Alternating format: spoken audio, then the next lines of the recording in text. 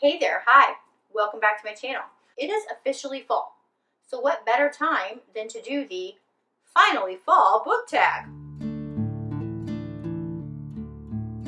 I'm a little excited that it's fall, so let's just move into it. Question number 1. In fall, the air is crisp and clear. Name a book with a vivid setting. With this, I immediately thought of Caraval by Stephanie Garber. This was, still, I read this years ago, and this setting is still so ingrained in my head. This is actually a YA fantasy book, but I remember really enjoying just the atmosphere and the setting of this. It was very magical. This is about two sisters, Scarlett and Tella, and this takes place during Caraval. Now, Caraval only comes around once a year. It is very secretive and very limited, and you have to have a ticket to get in, and very magical things happen during this week-long Caraval. And Scarlett and Tella get admitted to go finally into Caraval. However, when they get there, Tella is kidnapped and Scarlett is tasked with finding her before Caraval ends. Question number 2. Nature is beautiful, but also dying. Name a book that is beautifully written, but also deals with a heavy topic like loss or grief. For this, I thought of Dismount by Lucia Franco, because this series is beautifully written. Dismount is the conclusion of this series. Now, I know that she just came out with a companion novel, but this really is the conclusion to the series. And it deals with loss in a multitude of different ways that I won't necessarily get into because I don't want to spoil the story for you. But Adriana, the main character, does lose many things throughout the series, but in particular, Dismount. And it's about how she grows. She deals with the loss differently for each scenario.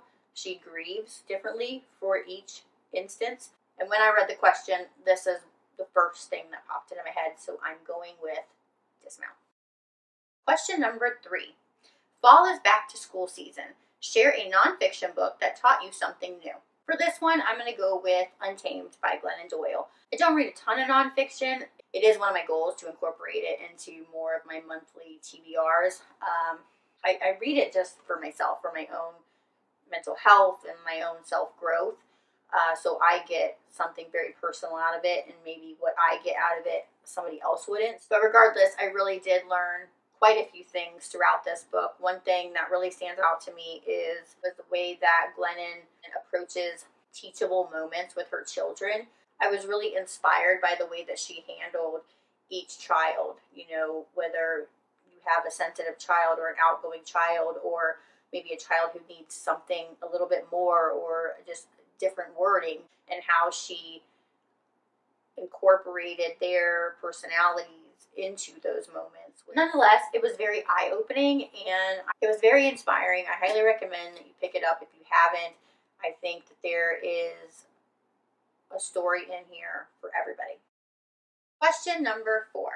In order to keep warm, it's good to spend some time with the people we love. Name a fictional family, household, or friend group that you'd like to be a part of. Okay, I have 2 answers for this one. I'm going to go very cliche on the first one and then really unconventional on the next one. Firstly, cliche, I'm going to go with the Weasleys, because they are just like a warm hug, and I'm absolutely here for it. I love me Mama Weasley. And then also, like, who wouldn't want to live in that house? And the magic, completely 360 and going a way wacko different way. I would also have to go with the Elite Kings. Now, hear me out.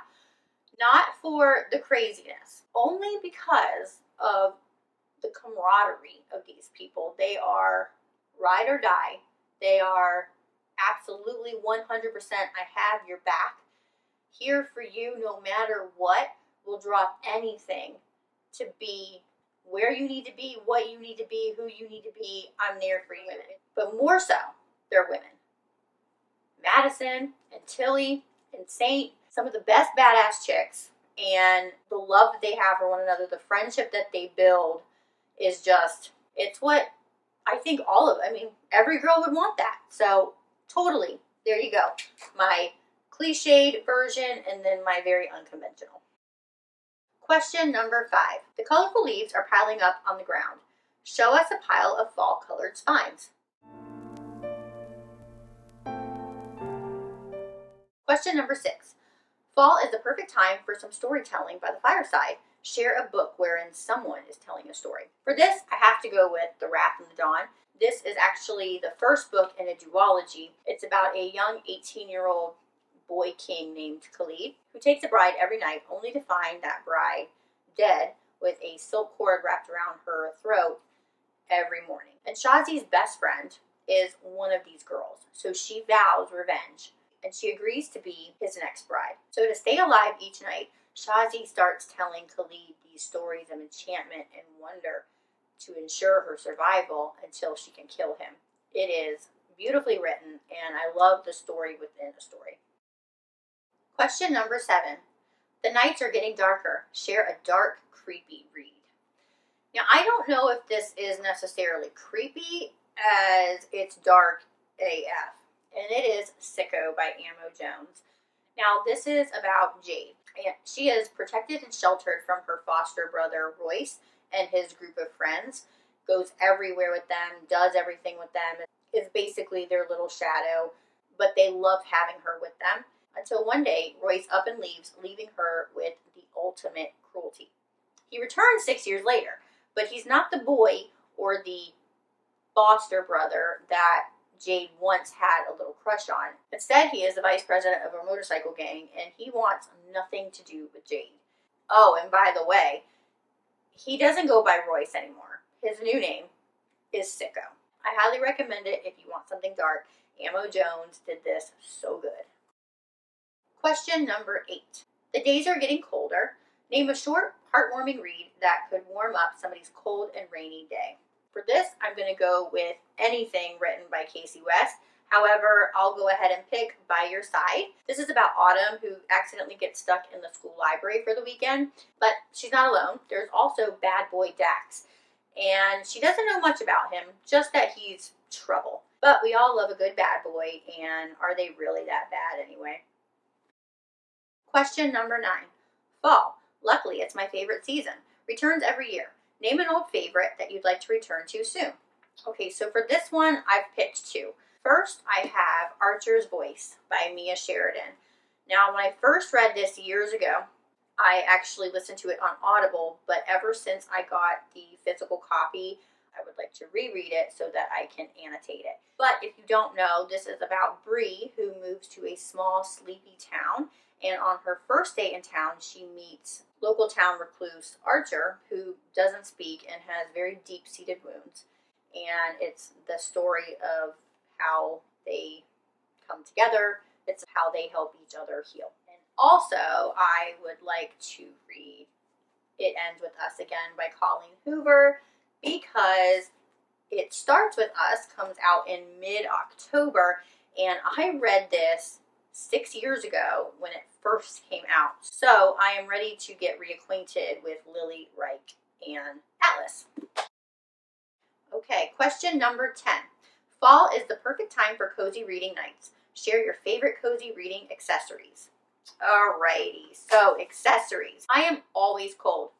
Always cold. So a must for me would be some warm fuzzy socks or some slippers. Next, because I'm always cold, I need a big, fluffy blankie to just cozy on up in. I know everybody goes for like the fun mugs and cups of coffee and lattes and teas and all that, but honestly, all I really need is my water, and I'm good to go on that front. Obviously, you need your good book. What else? A nice, oversized, super soft, super comfy sweatshirt or sweater, and I'm in heaven. Yeah, nice and comfy. That's it. I just want to be comfy when I read. As long as I'm comfy, we're good. Question number 11, which really isn't a question. Spread the autumn appreciation and tag some people. I'm tagging anybody who wants to try their hand at answering these. If you do decide to do this, please tag me so that I can come over, watch, and share the love. Otherwise, I would still love to hear your answers, so please share them down below with me. I am so incredibly happy that we are finally in fall. I cannot wait for the cooler weather, and I will catch you guys next time.